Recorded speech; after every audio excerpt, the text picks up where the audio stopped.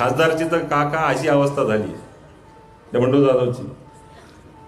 त्याच्या कार्यक्षेत्रामध्ये या लोकसभेमध्ये 6 विधानसभा आहेत. 6 मी लढलेलो आहे.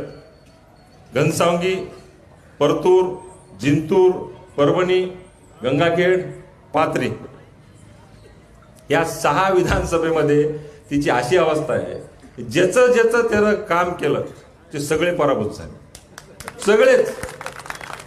तुमच्या विरोधात काम केलं तुम्ही निवडून आले, माझ्या विरोधात काम केलं मी निवडून आलो, मेघना दिदीच्या विरोधात काम केलं त्या निवडून आल्या, राहुल पाटलाच्या पक्षाच्या विरोधात त्यानं काम केलं राहुल पाटील निवडून आला, तिकडं परतूरला बमरराव लोणीकरच्या विरोधात काम केलं ते निवडून आले.